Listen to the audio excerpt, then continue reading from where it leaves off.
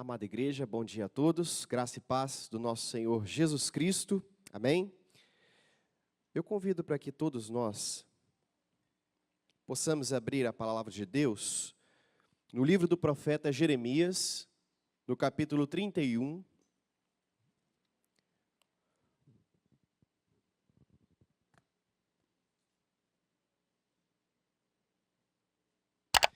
Nós vamos ler alguns versos. Jeremias, capítulo 31. Vamos ler os versos de 1 a 4, depois o verso 9 e depois os versos de 17 a 20. Jeremias, capítulo 31. Inicialmente leremos os versos 1 a 4. Diz assim a palavra do nosso Deus. Naquele tempo, diz o Senhor, serei o Deus de todas as tribos de Israel, e elas serão meu povo. Assim diz o Senhor, o povo que se livrou da espada logrou graça no deserto.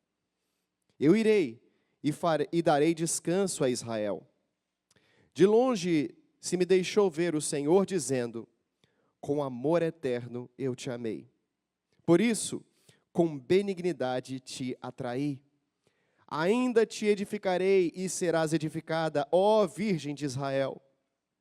Ainda serás adornada com teus adufes e sairás com o coro dos que dançam.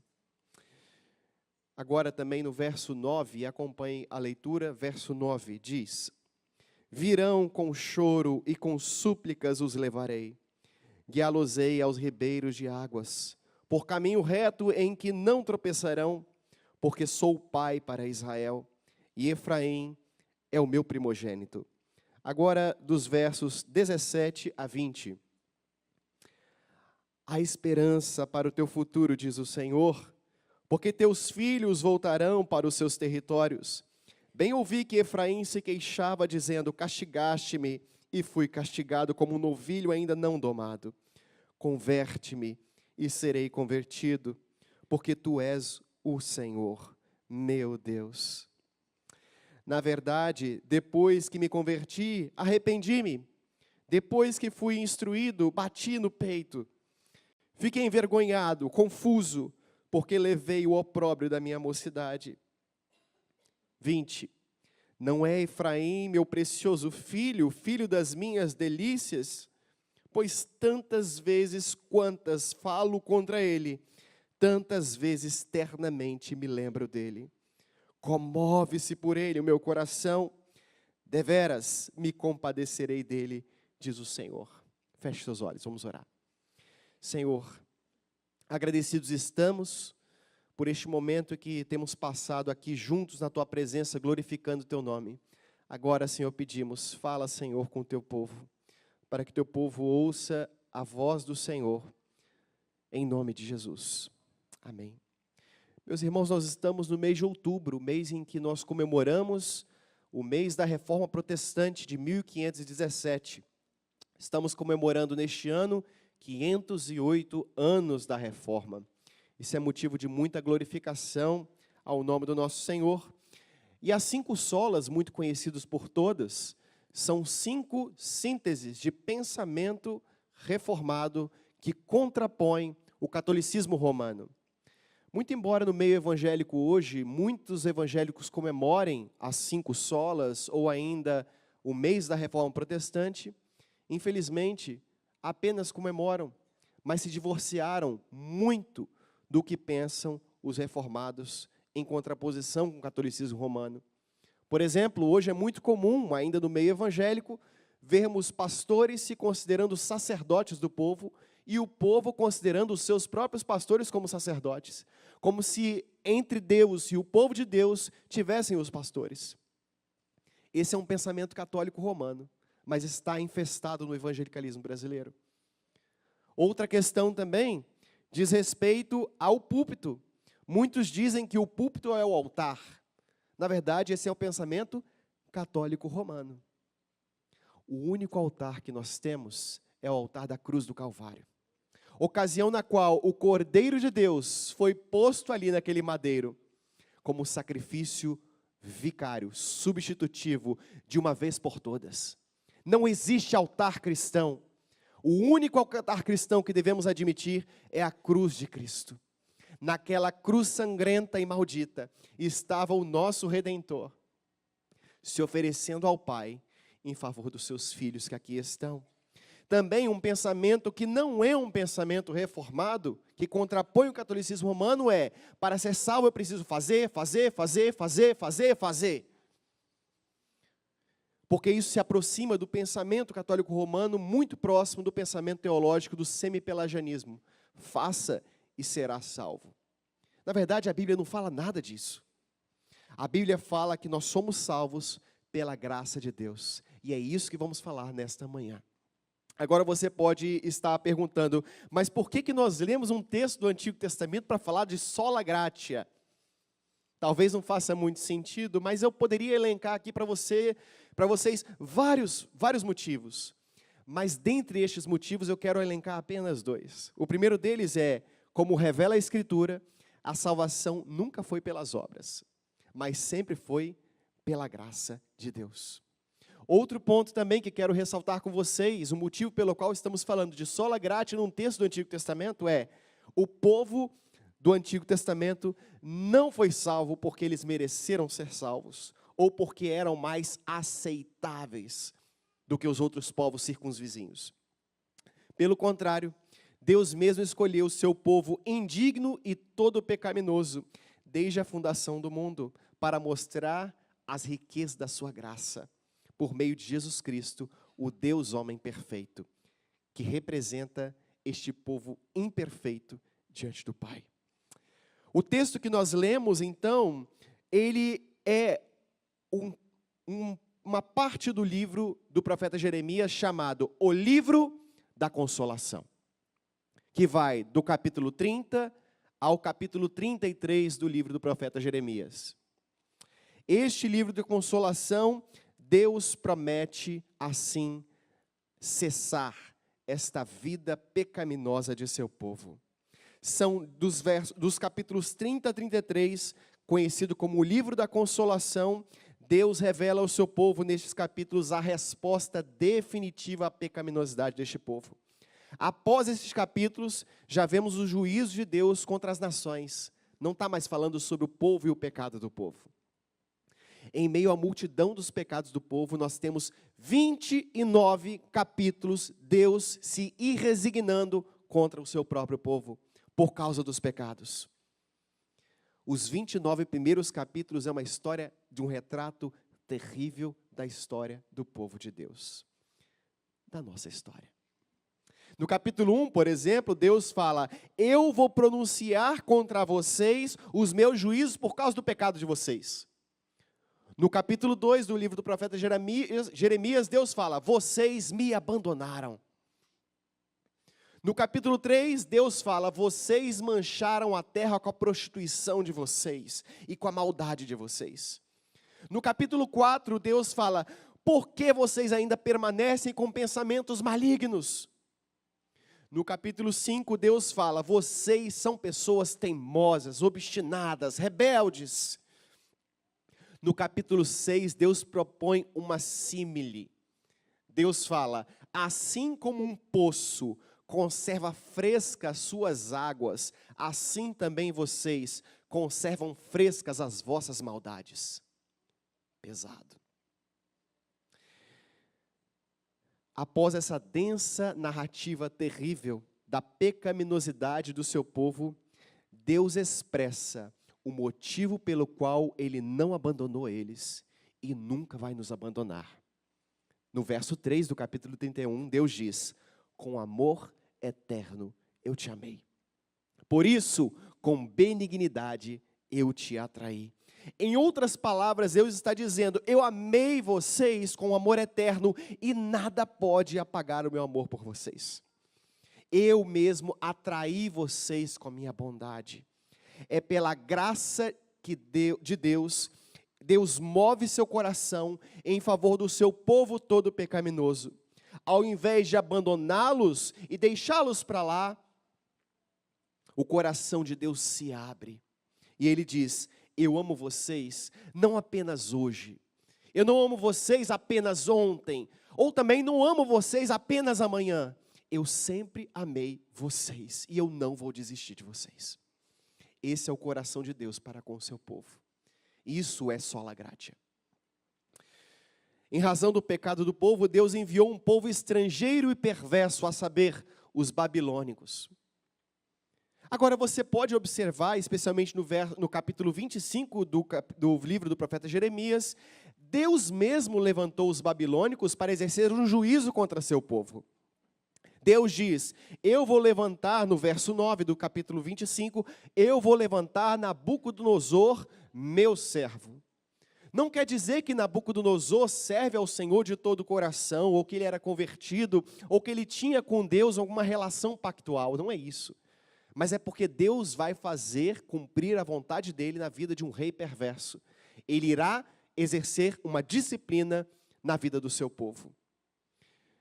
Mas Deus anuncia, depois dos 70 anos que Nabucodonosor iria oprimir o seu povo, Deus anuncia um juízo eterno contra Nabucodonosor, dizendo, acontecerá, porém, quando se cumprir os 70 anos do cativeiro do meu povo, a iniquidade do rei de Babilônia, desta nação, eu vou requerer, e eu vou fazer deles uma ruína perpétua.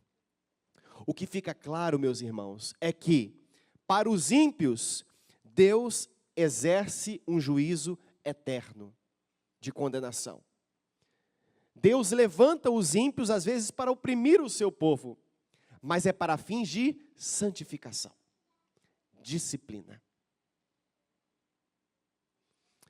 Mas depois Deus vai vingar seu povo, como ele promete. Ele levanta o próprio rei Nabucodonosor para ir contra seu povo por conta dos seus pecados, mas Deus já anuncia, depois Nabucodonosor, nós vamos acertar as contas. E você vai ser destruído porque você mexeu com o meu povo exclusivo, com o meu povo, com a minha igreja. Agora, observem comigo no verso 11 do capítulo 30, nós não lemos esse capítulo, Deus fala, eu sou contigo, diz o Senhor, para te salvar. Por isso, darei cabo de todas as nações às quais te espalhei. De ti, porém, não darei cabo. Mas eu vou te castigar em justa medida, porque de todo eu não vou te inocentar. E isso reverbera muito claro o que a Escritura revela a respeito de Deus. O povo de Deus pode receber a justa disciplina do Senhor, mas nunca um juízo perpétuo. Os ímpios, todavia, receberão um juízo eterno. Em Provérbios, no capítulo 3, verso 12, Deus diz, porque o Senhor repreende a quem ama, assim como um pai repreende os filhos a quem ama. Porque Deus é o pai do seu povo. Deus não é apenas pai de nós, sempre foi pai do seu povo exclusivo. E assim como o pai que ama seus filhos, corrige, mas nunca os abandona. E o povo precisa entender que ele está se relacionando com um Deus todo-poderoso e santo. Deus já tinha dito para eles em Levítico, sede santos porque eu sou santo. Isso reverbera o que o próprio apóstolo Pedro também deixou consignado na sua epístola. Assim também, igreja, devemos ser santos porque o Deus a quem nós nos relacionamos é santo. E isso também reverbera a carta de Laodiceia em Apocalipse. Jesus fala à sua igreja, eu repreendo e disciplino todos aqueles a quem eu amo. O pior juízo que uma pessoa pode receber nesta terra é não ser disciplinado por Deus. Significa dizer que ela vai ser deixada a agir conforme a sua própria vontade. Isso não é legal. Isso não é bonito. Isso é terrível. Assim, meus irmãos, Deus visita o seu povo com a disciplina por causa dos pecados. Mas em relação aos ímpios, Deus manifesta a sua ira. Isso não quer dizer que o pecado do povo é menos ofensivo do que o pecado dos ímpios. De maneira alguma. Ambos merecem a justa punição. A razão é que, diante de Deus, o seu povo tem um representante. O seu povo tem alguém que clama pela justiça. E este é Jesus Cristo, o justificador do seu povo, que clama ao Pai para que estenda seu manto de graça e misericórdia para nós, para seu povo. Não há diferença alguma entre nós e as demais pessoas que não conhecem o Senhor, irmãos, em relação à nossa própria natureza. Somos todos iguais, mas fomos amados pelo Senhor, não apenas hoje, não apenas amanhã, mas desde sempre. E Deus quer que você entenda isso de uma vez por todas nesta manhã. Observem, amados, então, no capítulo 31 que nós lemos, o verso 3. Nesta perícope, vemos por que Deus fez assim. Deus disse que a história do seu povo iria mudar. Não porque eles são bons ou porque eles merecem, mas porque Deus ama eles. O motivo de Deus mudar a história do seu povo não é porque o povo é bom, mas é porque Deus é bom. Deus diz, de longe se me deixou ver o Senhor, o profeta dizendo, Deus falando, com amor eterno eu te amei. Por isso, com benignidade eu te atraí. Sabe, meus irmãos, por vezes nós passamos por desafios na nossa vida. Quando as tempestades nos assolam, parece que Deus escondeu o seu precioso rosto de nós. Por vezes, quando caímos em pecado, pode parecer num instante assim, Deus dizendo para nós, chega, cansei de você. Quantas vezes eu te perdoei e você volta a pecar? E pode chegar na nossa mente uma frase diabólica dizendo, Deus se esqueceu de você. Ou, você é o pior de todos os servos de Deus. Deus está cansado de te oferecer perdão. Desiste. Para estas questões, existem dois possíveis diagnósticos. O primeiro deles pode ser a voz do diabo mesmo, porque o diabo sempre procurou trazer dúvidas a respeito do caráter de Deus. Ou pode ser falta de fé no Deus bíblico revelado nas Escrituras. Eu usei a conjunção adversativa ou, mas na verdade podem ser as duas coisas. A voz de Satanás na nossa vida e também falta de fé. Às vezes as pessoas têm a falsa impressão de que o diabo veio para assustar as pessoas. Na verdade, ele sempre agiu da mesma maneira. Desconfie do caráter de Deus. Desconfie da bondade de Deus. Ele não é tão bom assim. Estas vozes não podem ter lugar no coração de um crente. Para você que peca e sofre pelos seus pecados, Deus diz, eu não te amei apenas ontem, eu sempre te amei e sempre vou te amar. Meu irmão, você não pode mudar quem Deus é, isso não está no seu controle. Quando Deus fala que te ama, isso está nele, é dentro dele. Você não pode mudar quem Ele é. Mas quando você recebe este Deus de toda graça, você quer abraçá-lo como o bem todo precioso da sua vida. Por isso, aqueles que são regenerados, quando pecam, sofrem. Não se alegram no pecado. Jeremias deixou registrado, com amor eterno eu te amei. Por isso, com benignidade eu te atraí. Foi a bondade de Deus que atraiu você até aqui. Foi a bondade de Deus que transformou a sua vida. Anteriormente eu fazia isso, aquilo, hoje eu não faço mais. Não é você. Mas é a misericórdia de Deus na sua vida. Ele não te amou ontem. E quando nós nos convertemos, achamos, agora eu descobri, o meu precioso tesouro é o meu Senhor, Ele me ama. Mas quando você vai ler a Escritura, você fala o seguinte, Ele não me ama hoje, Ele sempre me amou. Na nossa vida, teve um momento em que o amor de Deus nasceu em nós, amamos o Senhor. Mas quando nós descobrimos, na verdade, Ele nos amou primeiro. Antes de você nascer, antes do mundo existir, Ele já sabia quem era você.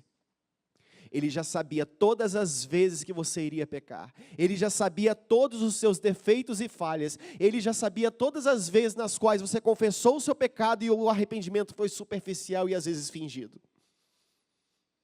E mesmo assim, Ele estendeu sobre você o seu manto de graça e de misericórdia e disse: você é meu. Eu não vou desistir de você. Você não pode mudar quem eu sou. Isso não está no nosso controle.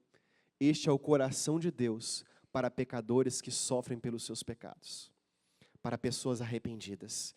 E a esperança, Deus fala no verso 4 do capítulo 31, ainda te edificarei, ó Virgem de Israel, e serás adornada. Ó Virgem de Israel? Que história é essa?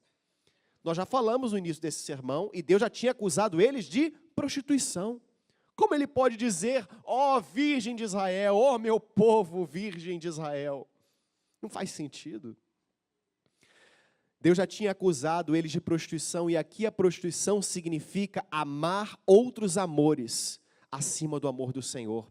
Em outras palavras, apostasia, idolatria. O povo de Deus estava confiando em outros deuses no lugar do Senhor. Para Deus, isto é traição. E quanto a você, reformado evangélico, você é ou não idólatra? Quantos amores habitam no seu coração? É o verdadeiro e único amor? Ou você reparte seu coração em compartimentos? Aqui é minha vida, aqui é minha outra vida, aqui é Jesus. Saiba de uma coisa, Deus sempre se colocou com o seu povo como noivo espiritual. O noivo espiritual não aceita concorrentes. Ele quer todo o seu coração. Se você aqui chegou nesta manhã com o coração cheio de ídolos, é tempo de arrependimento. Porque o noivo espiritual, o nosso Senhor, Ele não vai pegar você e esfregar a sua cara no asfalto porque você falhou e colocou outros amores no seu coração. Ele não vai pegar você e pesar a mão sobre você. Mas quando você confessar seu pecado, Ele vai te abraçar e vai dizer: eu não te amo apenas ontem ou hoje, eu sempre te amei. Por isso eu não desisto de você. Meus irmãos, quantos amores habitam em nossos corações? Nós somos moldados por aquilo que nós amamos. Nós somos moldados por aquilo que nós amamos. Os nossos rituais, todos os dias repetimos as mesmas coisas e essas coisas moldam a nossa vida. Como está o seu coração? Quantos amores há em seu coração? Todo pecado é cometido com base no amor. Todo pecado é cometido com base no amor. Amar aquilo que Deus odeia. Trocar o grande amor de Deus por outros amores em nosso coração. Trocar a amarga cruz maldita em que nosso Salvador ficou lá exposto em favor das nossas vidas. Trocar o amor de Deus é a maior loucura que podemos fazer. Para aqueles que se arrependem de permitir habitar em seus próprios corações outros amores, Deus promete restauração. Quando você confessar os seus pecados diante do Senhor, e eu espero que você faça isso agora, Ele não vai pesar a mão sobre você. Talvez você tenha uma visão errada sobre quem Deus é. Ele vai oferecer para você perdão, Ele vai limpar a sua sujeira. Não é assim que Ele fez com o filho pródigo? Na verdade, é o pai que é pródigo. É o pai que é gastador. Ele gasta o seu amor por você. Você pode se apresentar diante de Deus mal cheiroso. Não precisa passar perfume. Ele quer você. Ele não quer quem você se veste. Ele quer você, o seu coração. E como devemos nos comportar diante desse Deus que nos ama? Amando o Senhor e obedecendo os seus mandamentos. Jesus disse isso em João no capítulo 14. Aquele que tem os meus mandamentos e os guarda, este é aquele que me ama. Você tem amado o Senhor apenas na força da sua cognição? Ou este amor tem espraiado efeitos nos seus atos? Obedecer os mandamentos do Senhor, abraçar esta graça. Agora, meus irmãos, observem comigo no verso 17 do capítulo 31, que há esperança para o futuro do povo de Deus. Dos versos 18 a 19, vemos um diálogo que Efraim fala ao Senhor. Importante você entender que Efraim é uma das tribos de Israel, mas também, neste contexto, é uma outra forma de designar Israel, o povo escolhido do Senhor. Bem ouvi que Efraim se queixava, no verso 18 a 19. Castiga-me, e fui castigado como um novilho rebelde, difícil de ser domado. Converte-me, e serei convertido, porque Tu és o meu Senhor, o meu Deus. Em outras palavras, o povo de Deus estava falando: Senhor, eu mereço o Teu castigo, eu sei disso, eu sou como uma ovelha errante, eu toda hora falo que não vou fazer e eu vou e faço as mesmas coisas. Eu ando cambaleando para um lado e para o outro, mas converte meu coração, e se o Senhor fizer isso, certamente eu serei convertido. Porque Tu és o meu Senhor. E aqui no original é Yahweh, o Deus pactual. Em outras palavras, Tu és aquele que me amou de forma pactual, não apenas hoje, mas desde sempre, em uma aliança eterna que não pode ser quebrantada. E Deus fala no verso 20 do capítulo 31, Deus fala: não é Efraim, meu filho precioso, filho das minhas delícias. Delícias aqui é a alegria, não é Efraim o filho quem me alegro? Agora, você pode ter a plena certeza, Deus sabe quem é Efraim, Deus sabe quem é o seu povo, Deus sabe quem é Hudson, Deus sabe quem é você. A pergunta não é porque Deus não sabe, é uma pergunta retórica para trazer à memória: não é você a quem eu tanto amo, quando você se arrepende dos seus pecados. Quando você se aproxima dele e confessa, é como se Deus estivesse dizendo para nós: não é você aquele que eu resgatei, você é o filho da minha alegria, eu me alegro com você, eu me alegro em perdoar você, eu me alegro em abraçar você, eu me alegro em transformar você.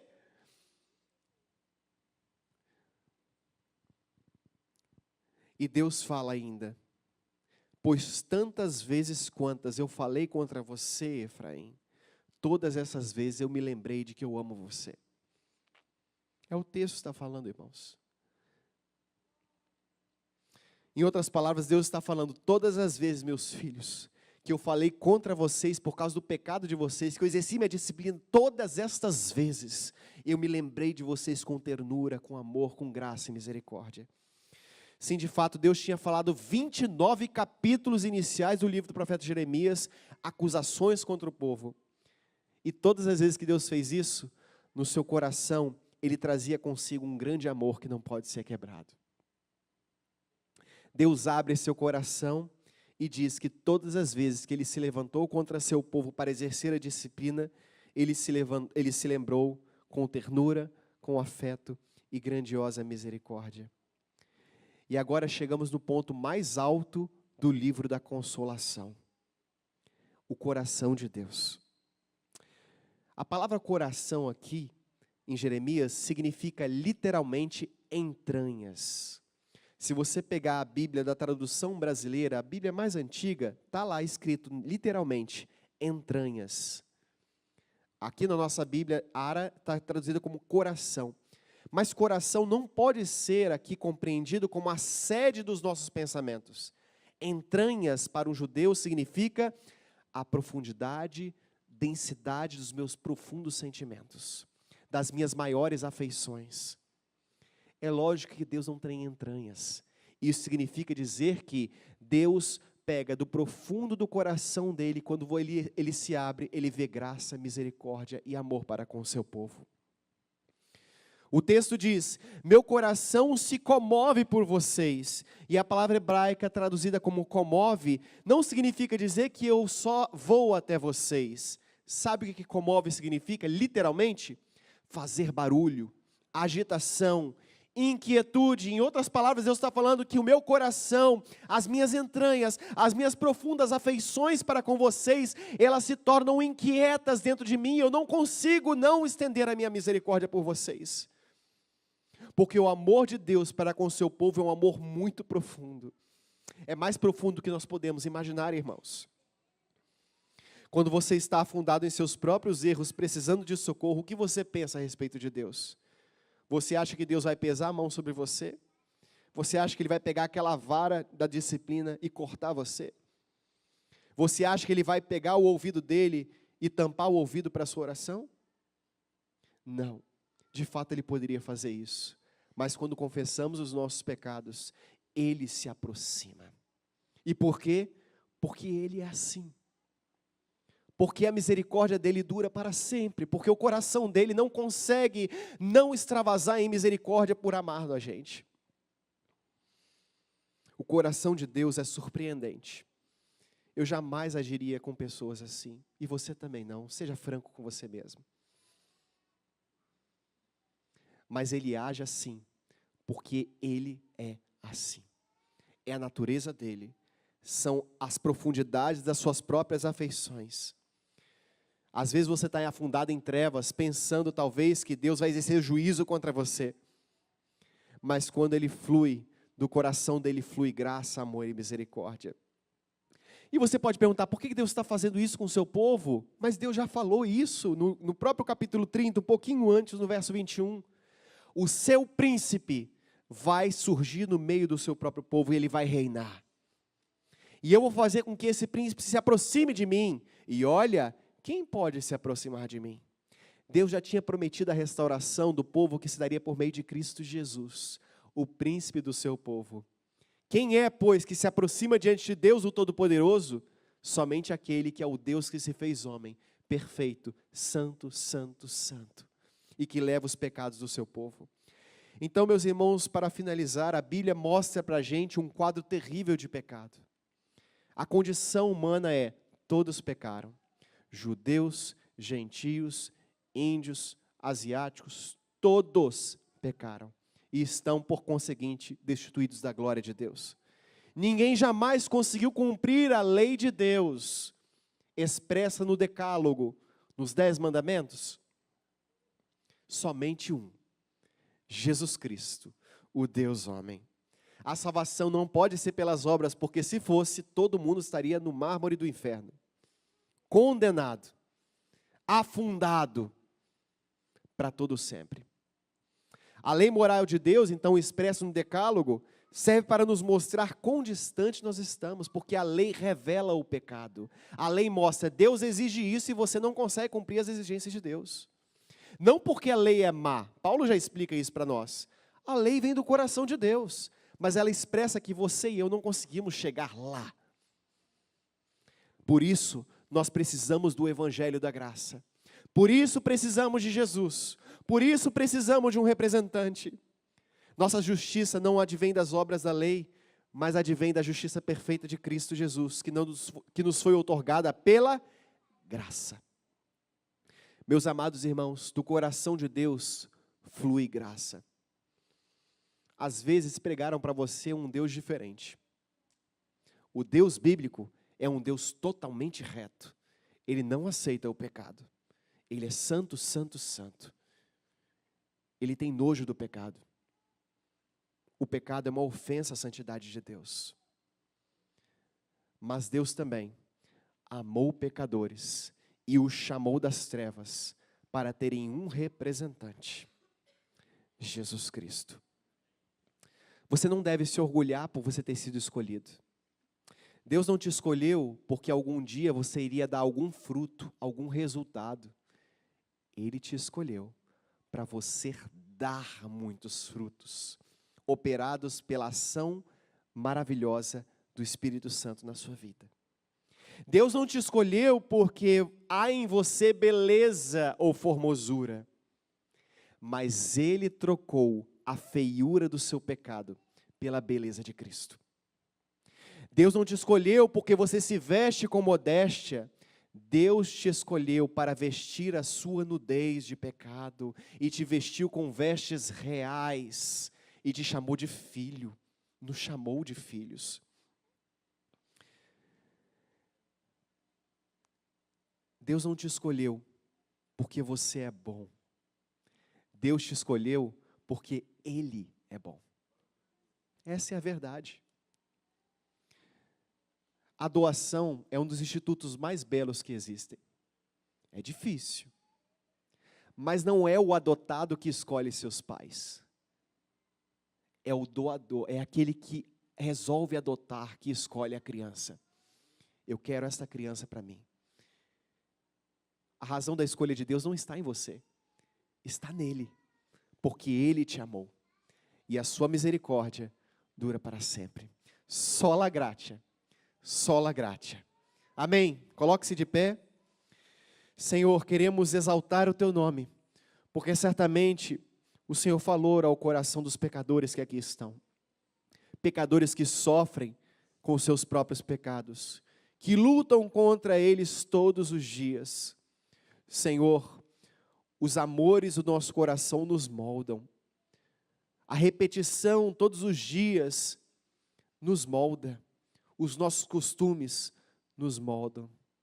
Senhor, não permita que nosso coração habite outros amores. Queremos nesta hora expurgar do nosso coração todos os nossos ídolos. Nós não precisamos nos aprontar, nos vestir, passar perfume, qualquer outra coisa para estar diante do Senhor, para confessar os nossos erros. O Senhor se alegra quando nós rasgamos o coração, mesmo mal cheirosos, mesmo cheios de culpas, mesmo cheios de indignidade. É assim que o Senhor quer, porque é assim que o Senhor é.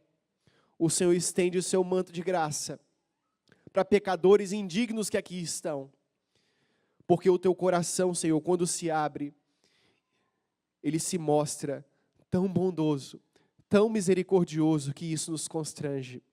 E o resultado disso, Senhor, é a glória ao Teu nome, ao Teu povo. Senhor, obrigado porque nos escolheste antes da fundação do mundo. Obrigado pela certeza que temos que o Senhor não nos ama apenas hoje, não nos amou apenas ontem, não nos amará apenas amanhã, mas sempre nos amará, para todo sempre. E nós não podemos mudar isto, Senhor. Obrigado por este amor tão forte, tão amoroso, tão precioso. Ajuda-nos a honrar Teu amor todos os dias, ao acordarmos que não amemos a nós mesmos, mas amemos o Senhor, acima de todas as coisas. Que não amemos mais o nosso celular, mas amemos mais ao Senhor. Que não amemos mais a nossa particularidade, os nossos próprios interesses, mas amemos mais a Tua palavra e possamos consumi-la todos os dias da nossa vida. Para que amemos mais o entretenimento e mais a oração, para que possamos fruir desta graça, aqui e agora. Em Cristo Jesus oramos, amém. E que a graça do nosso Senhor Jesus Cristo, amada igreja, que o amor de Deus, nosso eterno Pai, e as doces e eternas consolações de Deus e Espírito Santo estejam com todos vocês, hoje e para todo sempre. Amém. Amém, irmãos.